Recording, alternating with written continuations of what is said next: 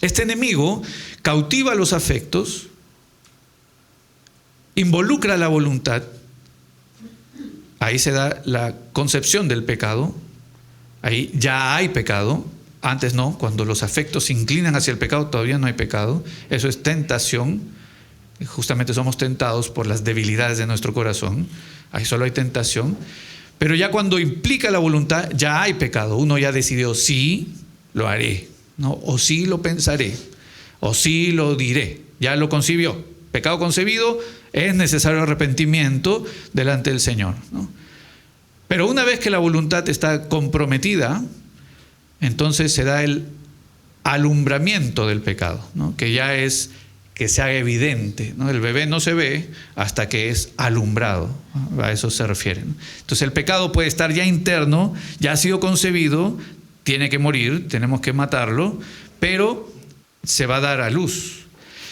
Dios entra muchas veces para hacer de este pecado concebido un abortivo.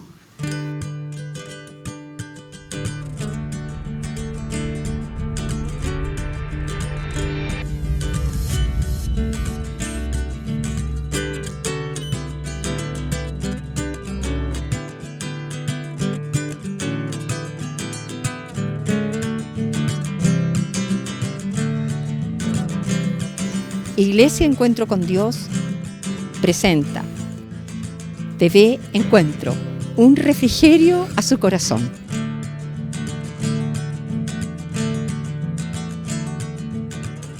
¿Cómo es que Dios bloquea y obstaculiza el alumbramiento del pecado? A ver, recapitulando. Este pecado remanente, este enemigo que vive dentro nuestro, en los no creyentes no tiene ningún obstáculo, de tal manera que los no creyentes viven para cumplir conforme al enemigo que viven dentro y van de destrucción en destrucción, haciendo daño a toda la humanidad. Mientras que los creyentes que mantienen este enemigo que vive dentro, sí tienen un poder que es el del Espíritu Santo que nos ayuda a mantener sometido a este enemigo derrotado para que no vuelva a tener un dominio sobre nosotros. ¿Y cuál sería la diferencia? O sea, sí, es pecado igual. Sí. La consecuencia sería distinta, ¿no? Pero lo matamos. Pero sería pecado, porque ya... Es pecado.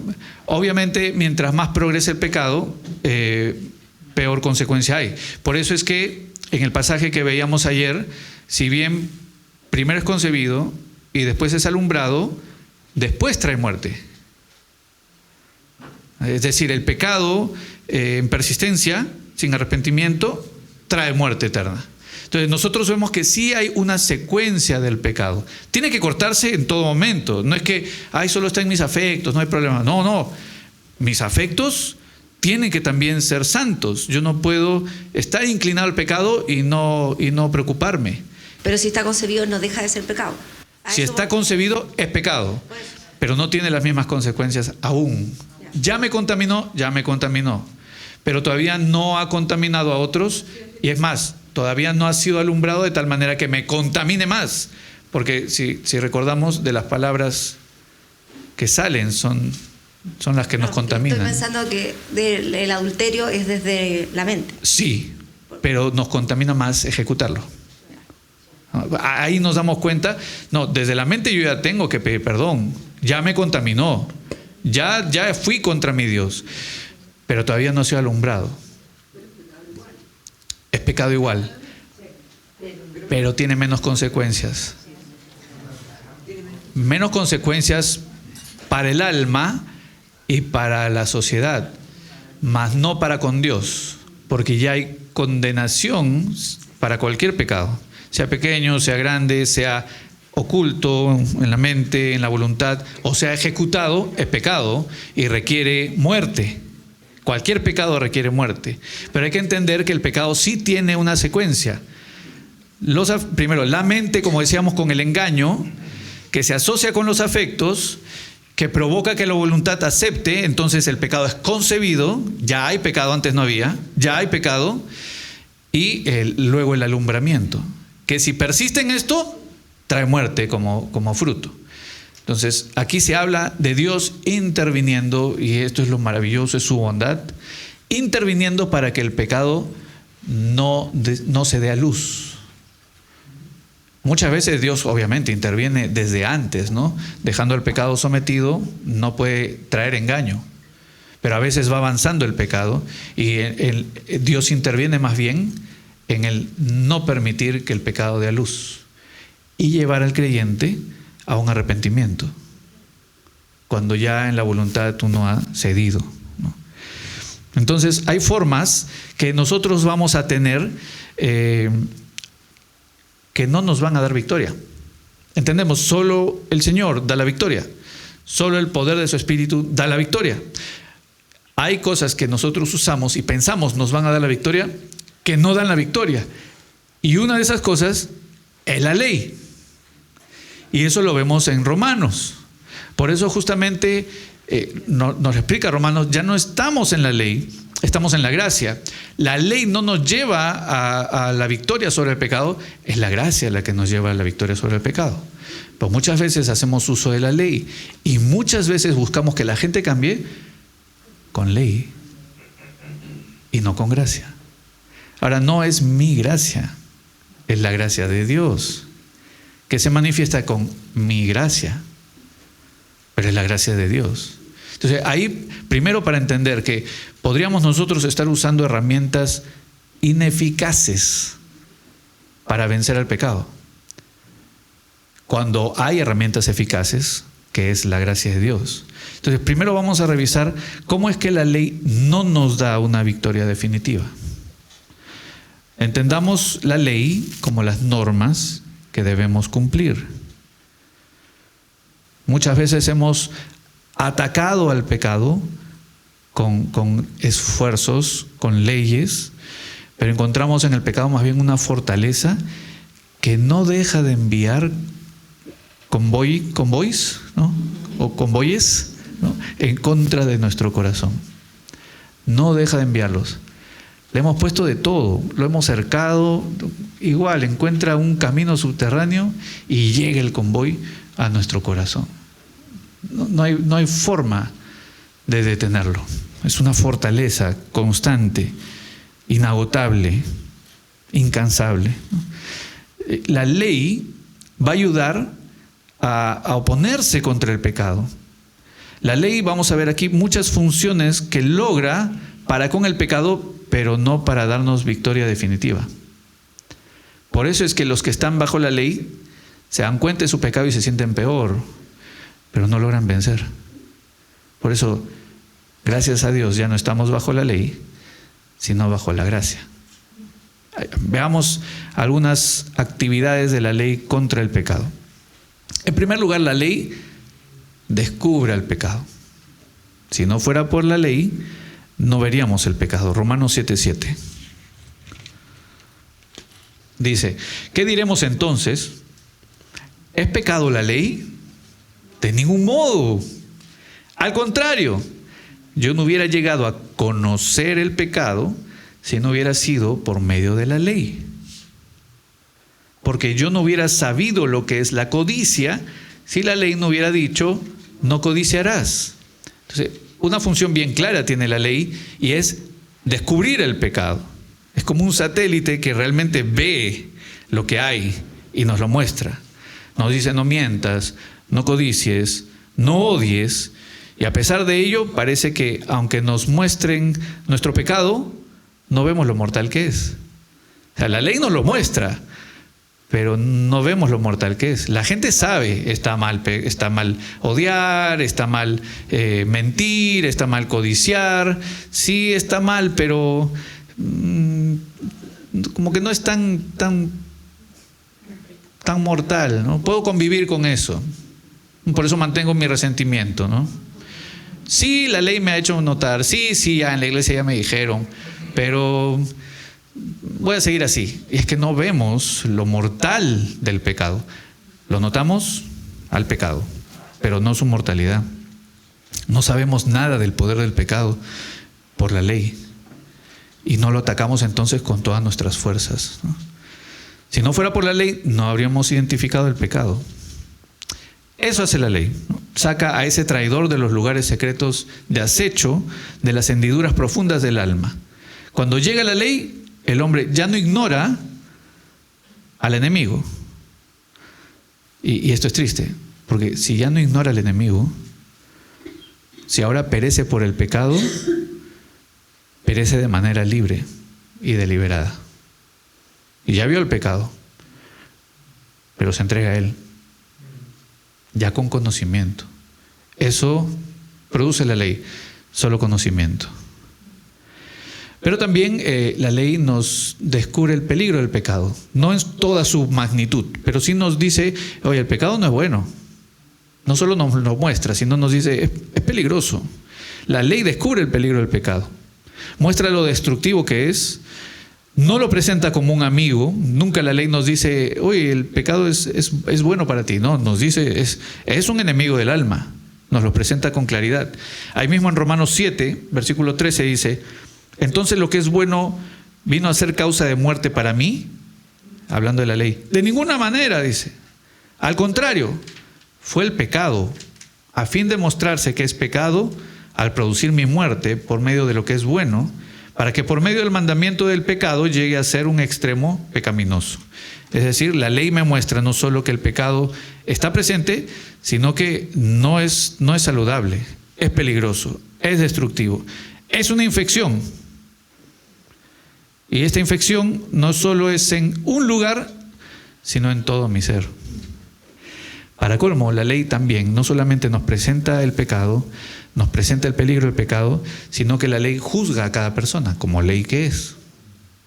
Eso es lo que la ley me muestra. La ley pronuncia la sentencia de condenación eterna sobre el individuo por ese motivo. Entonces la ley me dice, estoy frito. Y para colmo, o más encima, no dejo de practicarlo. ¿Qué pasa conmigo? ¿Qué pasa conmigo? En cuarto lugar, no solo lo muestra, no solo evidencia el peligro, no solo juzga a cada persona, sino que inquieta al alma. La ley inquieta al alma. La ley, luego de sentenciarnos, inquieta y espanta al alma y no le permite disfrutar del menor descanso o tranquilidad al albergar a su recluso pecaminoso. Siempre que el alma se ha entregado a los mandatos del pecado y ha hecho provisión para él, la ley se abalanza de manera inmediata y rápida sobre ella con la ira y el terror del Señor y la hace temblar.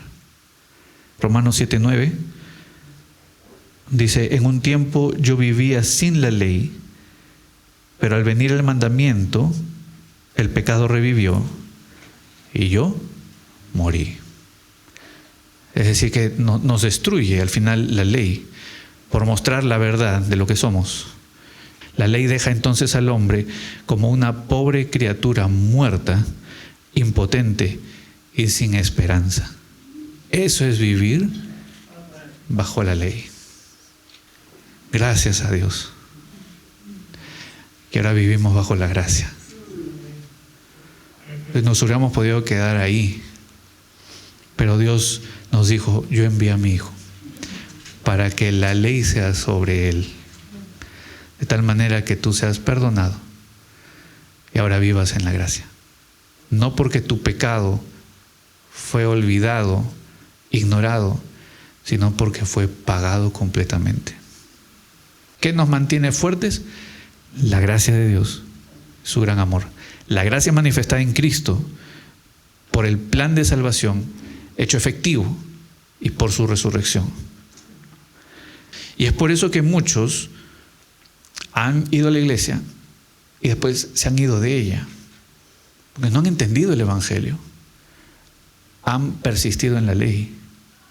Y la ley no puede matar al pecado, mas sí mata al alma. El pecado remanente nunca es conquistado por la ley. La ley no le quita ni el dominio ni la fuerza. Romanos 6:14 lo dice, ¿no? Porque el pecado no tendrá dominio sobre ustedes, pues no están bajo la ley. En la ley sigue dominando, Pero ya no tiene dominio el pecado porque ahora están bajo la gracia.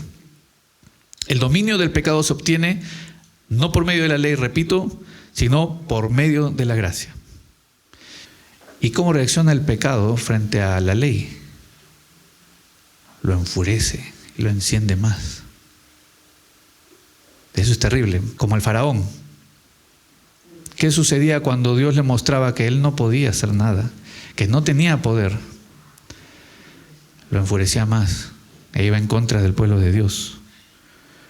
Ante las evidencias de su fracaso espiritual y su maldad, el faraón más bien se ensañaba más contra el pueblo.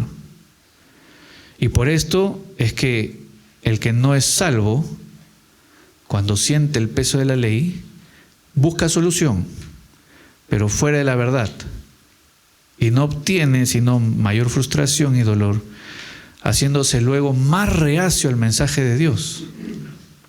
O sea, es contrario, la ley al final produce lo contrario. Ahora, ¿cómo uno llega a escuchar la gracia y el Evangelio? No es por obra de uno, sino es por la misericordia de Dios. Por eso muchos pueden venir a la iglesia y han recibido gracia y se les ha hablado del Evangelio, pero se van acusando a la iglesia de falto de gracia y de ser legalistas. ¿Por qué? Porque lo único que escucharon fue ley, no por la iglesia, sino porque no se les ha abierto los oídos ni los ojos para ver al Evangelio y ver la belleza de la gracia de Dios. Hermano Jonathan, ¿ibas a decir algo? Sí. Que hemos escuchado tanto la palabra gracia y claro, a diferencia, como decía usted, de los fariseos que tenían la ley, ¿verdad? Lo que obviamente nos tiene que quedar como más atesorado en el corazón es que la palabra dice que la gracia y la verdad vinieron por medio de Jesucristo. Entonces, como ellos no tenían a Jesucristo, no había venido el Hijo, y la palabra dice claramente, la gracia y la verdad vinieron por medio de Jesucristo. Y ahí está la gran, como el tesoro que tenemos nosotros, que tenemos a Jesucristo, que tenemos al Hijo, a la gracia del Padre, manifestada, ¿cierto?, en Él. Sí. Sí, la gracia y la verdad vinieron por medio de Jesús. Si ellos lo rechazaban a él, ¿con qué se quedaban si no solo con la ley? Uno no puede en sus propias fuerzas captar la gracia de Dios. Eso es un don de fe que solo lo da Dios. Y aclamar, hermanos, es obra del Espíritu, no es nuestra. Pero hay otras formas en las que nosotros buscamos liberarnos del pecado remanente. Y uno de esos es con nuestros propios esfuerzos. Ahora, las resoluciones son buenas. Digamos, cuando uno se casa da resoluciones. Los votos son resoluciones, ¿no? Aquí todos los casados han cumplido 100% sus votos matrimoniales. 100%. El que dice que no tiene pecado... Cito la palabra. Ninguno que se ha casado, creo que ninguno lo cumple, o mejor dicho, todos lo incumplen al primer mes. No, yo no. No, también. Tal vez en la primera semana incumplimos los votos. Porque es imposible que con los votos y las resoluciones venzamos al pecado remanente. No se puede. El pecado remanente no se vence ni con nuestras propias, ya hemos visto, ni con la ley, ni con nuestras propias fuerzas, ni con nuestros votos, aunque sean los votos más bellos que se hayan dado. Ahora, no digo que faltemos todos los votos, no, porque podemos mantenernos fieles hasta el final, pero ¿qué con la paciencia? ¿Qué con el amor? ¿Qué con la nobleza? ¿Qué con la falta de reclamos, sino más bien siempre el apoyo, el ánimo para el otro? ¿Qué con las palabras toscas? Por lo tanto, ahí nos damos cuenta, los votos pueden ser muy nobles, tal vez es lo más noble que uno puede hacer, comprometerse, pero también es infructuoso. Hacemos promesas a Dios como si pudiéramos cumplirlas. Luego de varios intentos, renunciamos a la contienda y muchos ceden y se convierten nuevamente en siervos del pecado. Hice dieta 2 semanas. No, hablo de mí, ¿no? Puedo controlarlo. Así que me voy a desbandar otra vez y cuando quiera, 2 semanas más. Somos bien vivos, ¿no? Sí. ¿Por qué? Porque cumplimos con nuestros votos. ¿Qué sucede cuando cumplimos con nuestros votos? Nuestra soberbia nos atrapa para entonces volver al dominio propio o dominarnos a nosotros mismos en nuestra idea, cuando en realidad nuevamente somos esclavos del pecado o nos sometemos al pecado como si fuéramos sus esclavos, ¿no? ¿Qué con los ascéticos, ¿no? Los ascéticos eran aquellos que se privaban de todo. Ellos sí que se alejan de las malas acciones y aún del mundo pecaminoso. Ellos sí llegan a ser libres del pecado. Estos monjes que se privan de las conductas contemporáneas. Ahora les leo palabras de John Owen. Dice: el pecado realmente, en esa condición de los ascéticos, de los monjes, o de nosotros privándonos de malas conductas, el pecado realmente no es mortificado, ni es debilitado su poder. Pero lo que el pecado pierde en placeres sensuales y carnales, lo recupera con gran ventaja en la ceguera, las tinieblas, la superstición, la justicia propia, el orgullo del alma y el desprecio del evangelio y de su justicia. El pecado no reina menos en ellos que en los pecadores más libertinos del mundo. Y ahora, aquí yo quisiera que entendamos eso, porque a veces vemos a los monjes tibetanos y decimos: wow, seguro que ellos no luchan contra el pecado. Sí, no luchan contra los pecados de este mundo contemporáneo, pero el mismo pecado los tiene cautivos. Y como dice aquí, el pecado no reina menos en ellos que en los pecadores más libertinos del mundo. No nos confundamos. Solo uno puede ser libre del pecado por el perdón de Cristo. Solo así. Y solo uno puede realmente vivir en la gracia por el poder del Espíritu Santo. No por los esfuerzos humanos o por nuestra resolución y disposición a privarnos de placeres mundanos. Interesante lo que dice entonces aquí Romanos, ¿no? Cumplieron con la ley, pero por las obras, no por la gracia, no por la fe. Tengamos mucho cuidado, tal vez nos hemos privado y podemos privarnos de muchas cosas pecaminosas. No significa que estemos disfrutando de la libertad en Cristo. Pudiera ser que más bien el pecado remanente ha tomado posición y de manera subterránea está dominando como si todavía fuera rey. A veces Dios quita la vida a los incrédulos justamente para que el pecado no dé a luz. A veces para que el pecado no dé más a luz, no se dé más a luz. Y podríamos ver eso es castigo de Dios, ¿no? Muerte que viene por castigo de Dios y muerte que lleva a condenación eterna. Ahora, vemos también que Dios muchas veces le quita la vida a los suyos. Ya no hablo de no creyentes, sino de creyentes. Le quita la vida a los suyos, pero no como un castigo para condenación a muerte eterna, sino en un amor y cuidado, para que no pequen en pecados que pueden llevarlos a peor condición o dañar a la iglesia. Así que, hermanos, considerémonos así, ¿no? La muerte como liberadora, la muerte como realmente un paso ya a un estado que deseamos, ¿no? Pero mientras estamos acá, confiar en la providencia de Dios para no solo frustrar el alumbramiento del pecado, sino aún para cambiar nuestros afectos y que realmente nuestra inclinación sea solo hacia Él. ¿Cómo puedo yo cambiar mi inclinación hacia el pecado? Porque, hermanos, hay que aceptarlo, nos inclinamos hacia algunos pecados. Algunos pecados nos seducen, nos resultan atractivos y tenemos que luchar contra eso recordando la verdad del pecado constantemente. Hay pecados que en realidad sí nos tientan. Algunos ni nos hemos dado cuenta que tanto tienen cautivados a nuestros afectos. Nuevamente, como la ira. Uno está manejando y alguien se cruza y me enciendo en ira.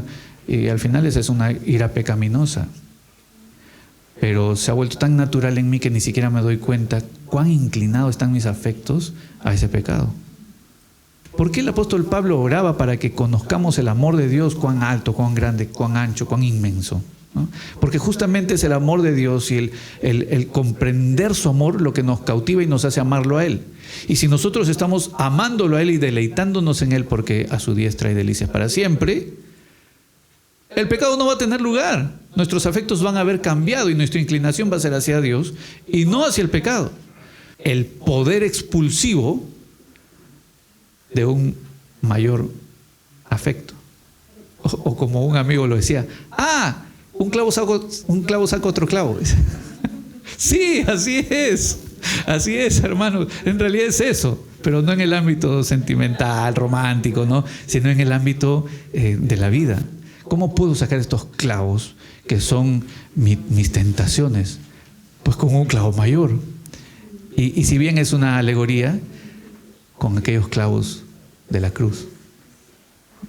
No es bíblica esa alegoría, ¿no? Pero podríamos entenderlo así, ¿no? Hay clavos mucho más poderosos y son los de la cruz.